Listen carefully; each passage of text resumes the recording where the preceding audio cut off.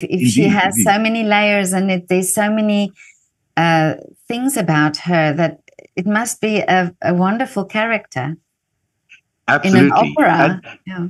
you know, I'm very much I would say fascinated by the idea of cross-cultural fertilization, which I think is something that happens in South Africa all the time. We are so constantly exposed to each other's cultures and constantly influenced by each other's cultures.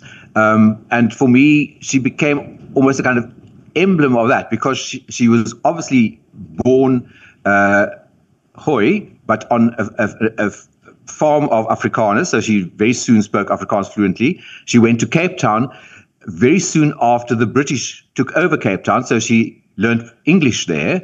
And then when she went to France, she learned French as well.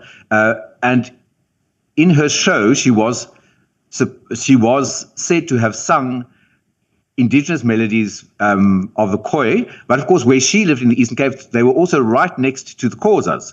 So, in fact, in the opera, just before she dies, she reminisces about one of the babies she'd lost in the Cape, and she sings a lullaby to it. And the lullaby I chose was Tula Tu. Tula tu, tula sana, tula ta, which of course she could have heard in the Eastern Cape if it already existed at that stage. We'll never know.